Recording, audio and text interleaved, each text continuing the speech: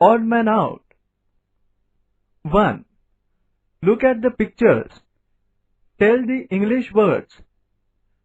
Which word begins with a different sound? A. चित्रे पहा. इंग्रजी शब्द सांगा. वेगळ्या ध्वनीने सुरू होणारा शब्द कोणता? First set of pictures is this. This is a cock. This is a parrot. This is a cat. And this is a cap. Cock, cat and cap. All the three begin with C. Whereas parrot begins with P.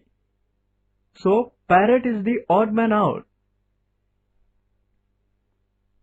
Second set of pictures is this. This is a doll. This is a doctor. This is a table. And this is a dog. So you can guess the odd man out. Correct.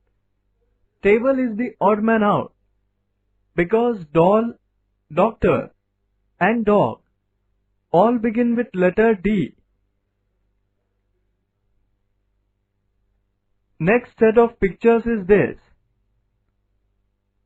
This is a fish. This is a fan. This is a frog. And this is a pot. Which is the odd man out? Right.